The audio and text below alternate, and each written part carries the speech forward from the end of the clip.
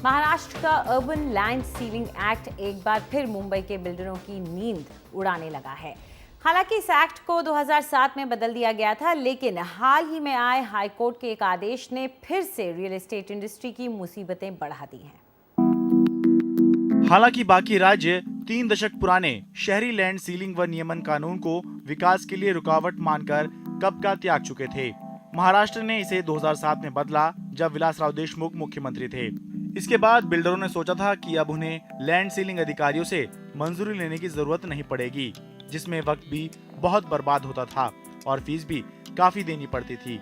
लेकिन आज भी हालात नहीं बदले हैं। शहरी लैंड सीलिंग विभाग तो कहता है कि अब 500 वर्ग मीटर तक की जमीन के प्रोजेक्ट्स के लिए नो ऑब्जेक्शन सर्टिफिकेट की जरूरत नहीं है। लेकिन बहुत से प्रोजेक्ट्स को बीएमसी इसलिए अनुमति नहीं दे रही है क्योंकि उसे इस बात का ज्ञान नहीं है कि वो जमीनें कानून रद्द किए जाने से पहले ली गई थी या बाद में। इसके अलावा हाल के एक हाई कोर्ट के फैसले में कहा गया कि डेवलपर्स को इससे तभी छूट मिल सकती है अगर वो अपने 5% मकान जन आवास के लिए दे दें। हमसे एक खास बातचीत में महाराष्ट्र के बीजेपी अध्यक्ष ने राज्य सरकार की अस्पष्ट नीतियों की आलोचना की। आज हो ये रहा है कि सुप्रीम कोर्ट ने निर्णय देने के बाद भी ऑफिसेस उनके ऊपर अपना कब्जा दिखाता है, कागज पर अपनी ओनरशिप दिखाता है और वापिस फिर उनको मंत्रालय बुलाया जाता है, हियरिंग किया जाता है, उसमें वेस्टेड इंटरेस्ट क्रिएट होते हैं, भ्रष्टाचार होता है और उनको छोड़ा जाता है। जब सुप्रीम कोर्ट ने बहुत साफ ढंग से निर्णय दे दिया है, उस निर्णय के अनुरूप सीधे जो सेक्शन 20 के बाहर की जमीन है जिसका पोजीशन सरकार ने लिया नहीं है, उसको सरकार छोड़ क्यों नहीं देती, ये मेरा सवाल है। और साथ ही में सेक्शन 20 में जिनको सेविंग क्लॉज में रखा हुआ है, उनसे जो जमीनें लेनी है वो सरकार ले क्यों नहीं लेती। मुझे ऐसा लगता है कि ये सारी चीजें इसलिए रखी हुई है ताकि इसमें से कुछ वेस्टेड इंटरेस्ट उनके फुलफिल हो पाए। हाई कोर्ट का आदेश आने के बाद बिल्डरों के पास अब सुप्रीम कोर्ट जाने के अलावा कोई और चारा नहीं बचा है। उनके हिसाब से ऐसे आदेश लोगों को राज्य ही नहीं पूरे देश में ढेरों घर बनाकर देने के सरकारी फैसले की राह में बाधा बनेंगे। मेरे हिसाब से ये हमारा एक मकसद है कि 25 मिलियन घर हम बनाएंगे, हम लोगों को देंगे, बेघर लोगों को घर देंगे। ये 25 और 50 और 500 फ्लैट के बारे में जो बातचीत चल रही है वो गलत है। और जो कानून रद्द किया गया है, पार्लियामेंट ने रद्द किया है, 10 साल पहले रद्द किया है, उसकी कोई इंटरप्रिटेशन कोई एक केस में होता है तो उसका कोई महत्व नहीं रहता। हमने जिन आंकड़ों को देखा उनके हिसाब से कानून के तहत जो जमीन ली गई थी उससे ज्यादा पर छूट दी गई है। लेकिन विशेषज्ञ मानते हैं कि जब तक ये नियम पूरी तरह से हट नहीं जाते तब तक खरीदारों को महंगे दामों से बचाना मुश्किल है। तो अगर कोई इस तरह का वर्डिक्ट आता है जो प्रो रिलीज ऑफ लैंड होता है, उसका मतलब सिंपली यूं होगा कि बहुत सारा लैंड घर बनाने के लिए इस्तेमाल में आ सकता है, जिसकी वजह से नए मकानात बनेंगे, जिसकी वजह से हो सकता है अगर मकानात अच्छे नंबर में अच्छी तादाद में बन जाएं तो उसकी वजह से प्राइजेस पर भी जो घर की कीमतें हैं उन पर भी एक असर आ सकता है, कीमतें नीचे गिर सकती हैं। कानूनी जानकार भी इस बात से सहमत हैं कि अगर सरकार सबका भला चाहती है तो ये बात उसकी नीतियों में भी झलकनी चाहिए। कोई भी कानून जब आता है उसमें कोई कंडीशंस रहती है, शर्तें रहती है कि भाई जैसे ये रिपील कर दिया अर्बन लैंड सीलिंग एक्ट, उसमें भी एक सेविंग क्लॉजेस रहती है जिसमें वो कहते हैं कि ये रिपील हो जाएगा, मगर साथ साथ अगर गवर्नमेंट को लगे कि जनहित में, पब्लिक पॉलिसी में वीकर सेक्शन मतलब जो इकोनॉमिकली बैकवर्ड है उनके लिए या वीकर सेक्शन के लिए अगर इसका कोई बेनिफिट देना है तो हम दे सकते हैं और इसका एनफोर्समेंट कर सकते हैं। हाँ, अगर आप कहते हैं कि संविधान की तरफ से एक बार आपने एक्ट रिपील कर लिया और हमारा फंडामेंटल राइट अफेक्ट हो रहा है और हम सुप्रीम कोर्ट जाना चाहते हैं, वो कोई भी जा सकता है, उनका हक है। लगता है महाराष्ट्र में शहरी लैंड सीलिंग और नियमन कानून पर स्पष्ट राय आने में अभी समय लगेगा। जब तक डेवलपर्स इसका हल नहीं ढूंढ लेते तब तक खामियाजा बायस को भुगतना पड़ेगा। मुंबई से कैमरा पर्सन संतोष जगताप और हरमीत के साथ आशीष भाटिया, NDTV के लिए।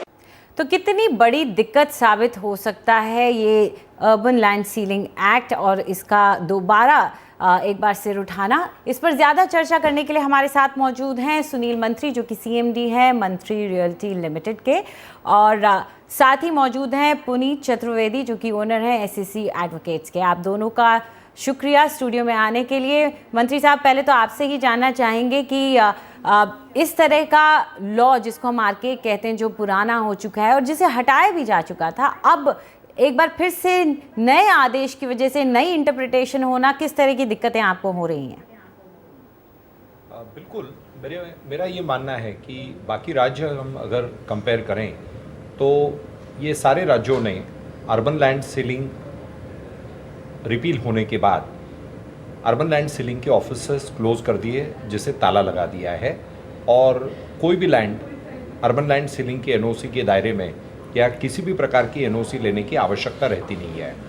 इसके विरोधाभास हम महाराष्ट्र में देख रहे हैं कि हमें ये बोला गया था 2007 में, जब विलासराव जी देशमुख मुख्यमंत्री थे राज्य के, ये बोला गया था कि अब अर्बन लैंड सीलिंग की समस्या हम कम्प्लीटली निकाल रहे हैं और आपको अनुमति रहेगी कि अपने हिसाब से आप आपके प्रोजेक्ट डेवलप करें और उसे काम को आगे बढ़ाएं। क्योंकि एक 2-3 आरोप हुआ करते थे अर्बन लैंड सीलिंग के बारे में। एक पहला आरोप था कि इससे बहुत बड़ी मात्रा में लैंड एक चोकअप हो रही है या एक लैंड का उसका कंसोलिडेशन एक जगह हो रहा है, नंबर 1। सेकंड, एक भ्रष्टाचार के कुछ आरोप होते थे कि अर्बन लैंड सीलिंग के एग्जम्पशंस या एनओसी लेने की जो बातें हैं उस पर काफ़ी भ्रष्टाचार के आरोप होते थे।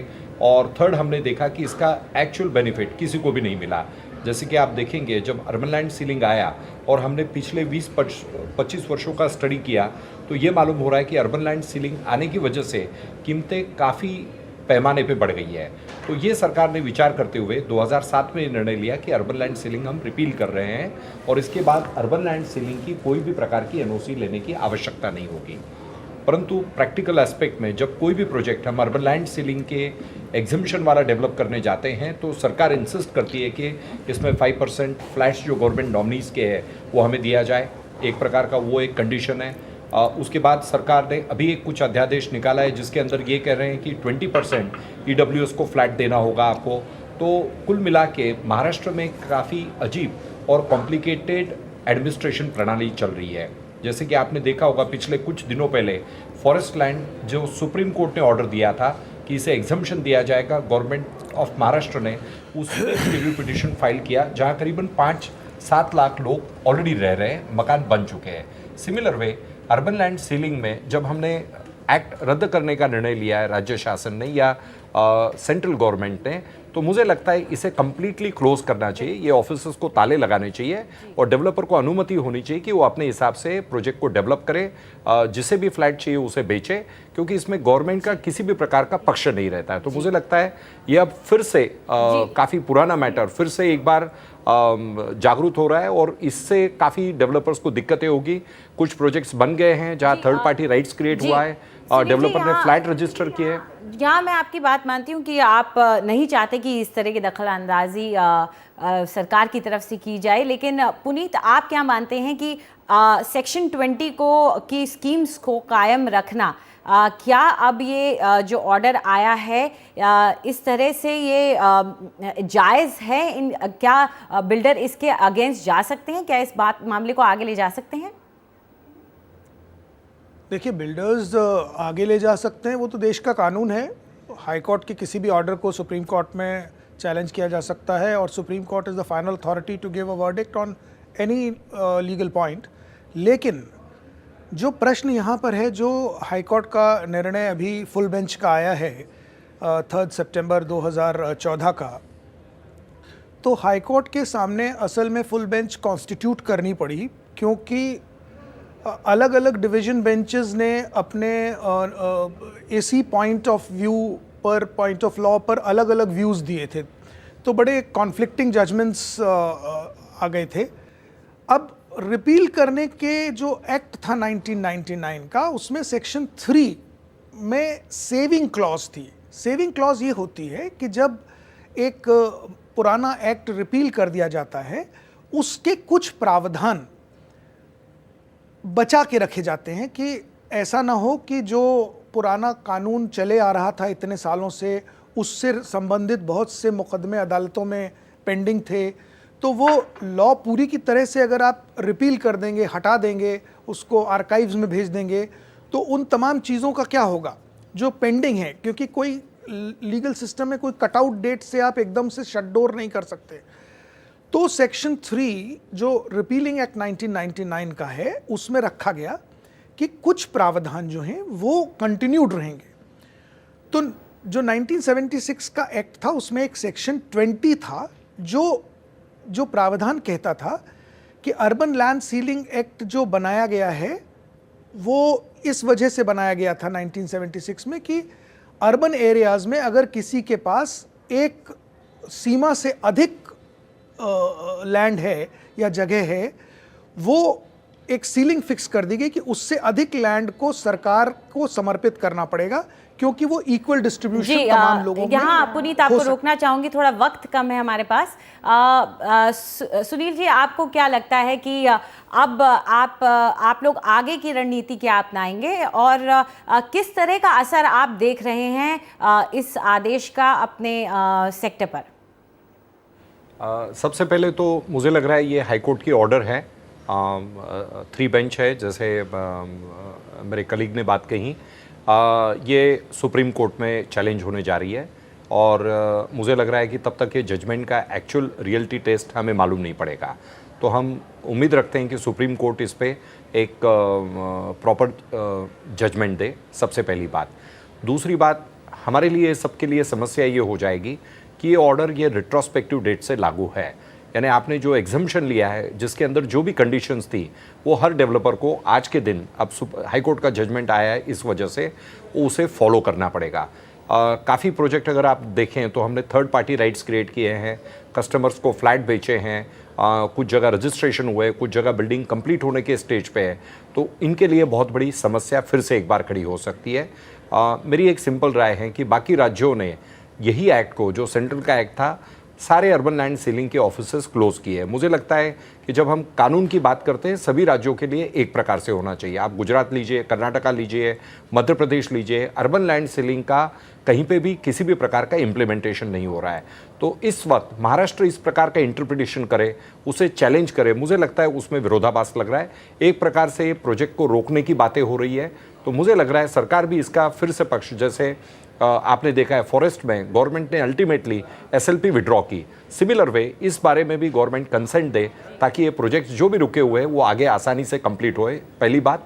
और दूसरी बात, हो सकता है कि सुप्रीम कोर्ट में इसके लिए कुछ फेवरेबल जजमेंट सभी डेवलपर्स को मिले, जिससे ये जो भी प्रोजेक्ट अटक रहे, जिसको भी समस्या आ रही है, वो जल्द में जल्द पूरे कर सके। जी पुनीत, ये सवाल जो सुनील जी ने उठाया है कि आखिर क्यों जब एक्ट रिपील हो जाता है उसके बावजूद इनके दफ्तर काम कर रहे हैं, तो क्या जब ऐसा होता है, इस बात को हम मानते हैं कि आप कह रहे हैं कि कुछ बातों को कायम रखा गया था एक्ट रिपील होने के बावजूद, लेकिन क्यों इस तरह के दफ्तरों का काम करना क्या लीगल होता है बाद भी, इसके बाद भी? जी लीगल है, बिल्कुल लीगल है। इसलिए लीगल है क्योंकि हमारे देश का जो संविधान है उसके आर्टिकल 39 में B और C में ये प्रावधान किया गया है कि जो भी देश में कानून बनेंगे वो वेलफेयर स्टेट हमारा देश है, इस वजह से लार्जर पब्लिक इंटरेस्ट को हमेशा मद्देनज़र रखा जाएगा।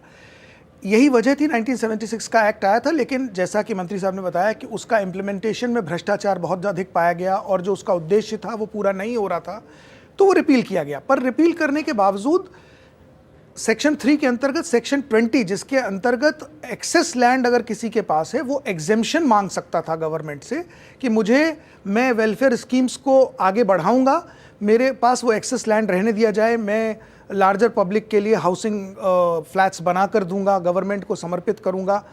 तो उसके तहत सेक्शन 20 में उस ज़माने में बहुत सारे एग्जेम्पशंस गवर्नमेंट के द्वारा लैंड ओनर्स को दिए गए, लेकिन बाद में ये पाया गया कि उन लैंड ओनर्स ने जो कमिटमेंट और जिस आधार पर वो एग्जेम्पशंस लिए थे वो फुलफिल नहीं किए। तो अब जब वो एक्ट रिपील हो गया तो गवर्नमेंट ने अभी 2008 जून में एक लेटर लिखा सब रजिस्ट्रार को, जिसमें उन्होंने कहा कि जो भी रजिस्ट्रेशन लैंड के हो रहे हैं, आप रजिस्ट्रेशन करने से पहले ये जानकारी प्राप्त करें कि क्या उन्होंने जो एग्जेम्पशंस लिए थे उनके फुलफिलमेंट करने के लिए कोई एक्सटेंशंस मांगे हैं या उन्होंने फुलफिलमेंट करना स्टॉप कर दिया है। उसके विरोध में Maharashtra chamber of housing societies, housing industry and तमाम अदर यूनिट्स जो इनके पूरे महाराष्ट्र के हैं, उन्होंने ये रिट पिटिशन फाइल किया था, जिसका जो जजमेंट अभी आया है।